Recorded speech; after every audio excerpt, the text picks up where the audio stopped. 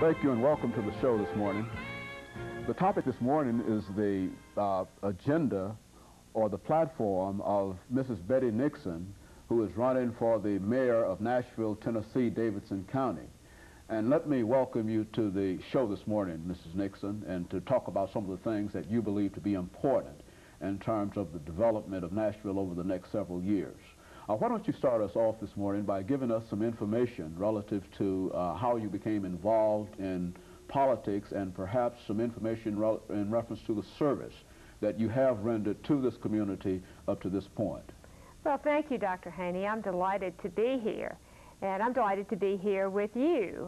You were in my district when I was on the Metropolitan Council, and I'm a good and responsible constituent, and I appreciate that. I would like to maybe talk about why I got involved in politics. In the first place, it truly isn't what I expected when I was growing up in Nashville. But I got mad at the government. And that was my primary motivation for running for the council. The area that we live in, over around Music Row and Vanderbilt University, was sort of scheduled to go out of existence, if you will, or there was real doubts about whether or not we could have a residential community inside of I-440. And I lived there with my family and decided that, in fact, we could do that. And so I ran for the Metropolitan Council. All the money was on the other side. I'm used to those kind of odds. And I won by 10 votes in a runoff. The election before had been won by 12 votes in a runoff, and the legislative race by 7 votes. So I think it's fair to say that our community was split down the middle about our future. But what I did was to ask the citizens of that community to come together, to organize, to set some goals for themselves.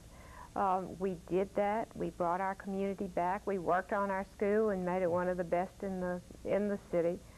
We worked on the neighborhood, and we chased out the people who had illegal uses for houses, and so pretty soon, you know, we really had a community blossoming and full of life.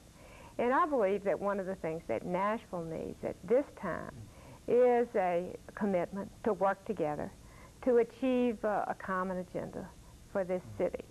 And so I feel prepared. I spent 12 years in the Metropolitan Council, as you know.